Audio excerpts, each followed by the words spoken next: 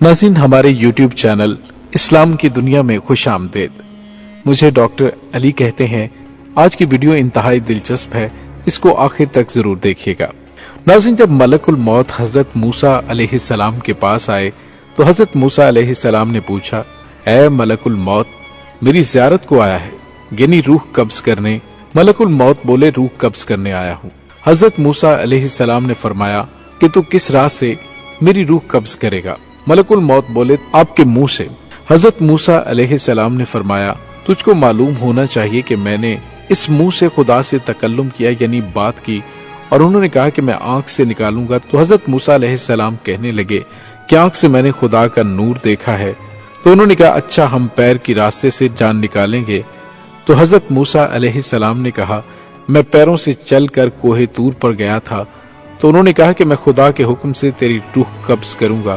بس موسیٰ علیہ السلام بہت غصے میں آئے اور کہا، اے اسرائیل، کتنے ہزار کلام میں نے اللہ سے بلا واسطہ کیے، کوئی بیچ میں واسطہ نہیں تھا۔ اس کی عزت کی قسم ہے، جلدی جان دینا پسند نہیں کروں گا۔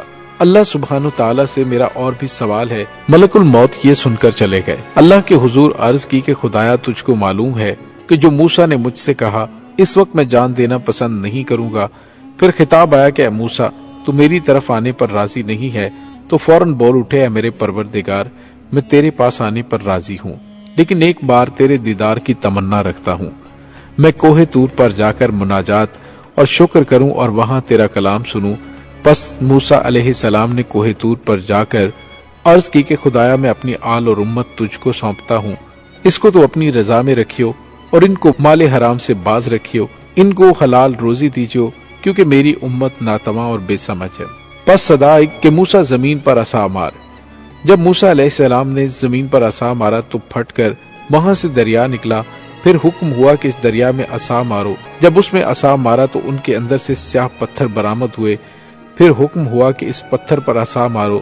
پتھر پر عصا مارا تو وہ پتھر دو ٹکڑے ہو گیا۔ اس میں سے ایک کیڑا نکلا اور وہ کیڑا منہ میں گھاس لے کر اللہ کا ذکر کر رہا تھا، تسبیح کر رہا تھا اور کہہ رہا تھا کہ اے پروردگار، تو مجھ کو دیکھتا ہے، میرا کلام سنتا ہے، میری جگہ جانتا ہے اور پتھر کے اندر مجھے رزق پہنچاتا ہے، کسی کو محروم اور بھوکا نہیں رکھتا۔ اللہ تعالیٰ کی جانب سے ارشاد ہوا کہ موسیٰ، میں پتھر کے اندر کیڑے کو روزی پہنچاتا ہوں تو میں تیری امت کو بھی نہیں بھولوں گا۔ یہ سن کر حضرت موسیٰ علیہ السلام بہت خوش ہو کر کوہ طور سے نیچے اتر آئے، اور راستے میں کیا دیکھتے ہیں کہ 7 آدمی ایک بڑی سی قبر کھود رہے ہیں۔ ان سے پوچھا، تم کس کے واسطے یہ قبر کھود رہے ہو؟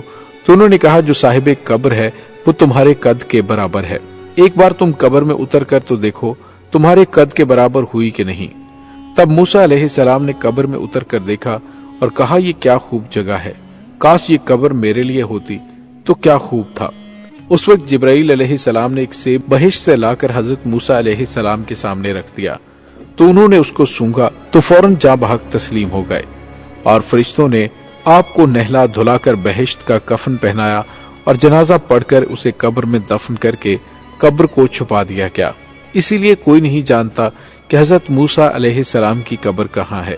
جب موت کا فرشتہ اسرائیل حضرت موسیٰ علیہ السلام کی جان قبض کرنے کے لیے آئے تو حضرت موسیٰ علیہ السلام نے ایک تمانچہ مارا جس سے ان کی آنکھ جاتی رہی۔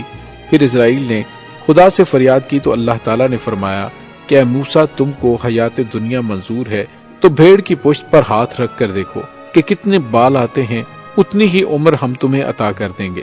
تو موسیٰ علیہ السلام نے سوچا کہ آخر ایک بار مرنا ہی ہے، تو تب اسرائیل نے اللہ تعالیٰ کے حکم سے آپ کی روح قبض کی، اور حضرت موسیٰ علیہ السلام کی عمر 150 برس تھی۔ حضرت موسیٰ علیہ السلام کے تھپڑ مارنے کا ایک اور واقعہ یوں بھی ہے کہ حضرت موسیٰ علیہ السلام رضاعت کی عمر یعنی کہ دودھ پینے کی عمر تک اپنی والدہ کے پاس ہی پرورش پاتے رہے۔ جب آپ کا دودھ چھڑوایا گیا تو والدہ نے آپ علیہ السلام کو دوبارہ فرعون کی بیوی کے حوالے کر دیا۔ ایک روز کا ذکر ہے کہ حضرت آسیہ اور فرعون اپنے محل میں بیٹھے تھے۔ حضرت آسیہ نے حضرت موسیٰ علیہ السلام کو فرعون کی گود میں بٹھا دیا۔ حضرت موسیٰ علیہ السلام نے فرعون کی گود میں بیٹھتے ہی اس کی داڑھی پکڑ لی اور اس کے منہ پر تمانچہ رسید کر دیا۔ بعض روایات میں ہے کہ ان کے ہاتھ میں چھڑی تھی جس سے وہ کھیل رہے تھے۔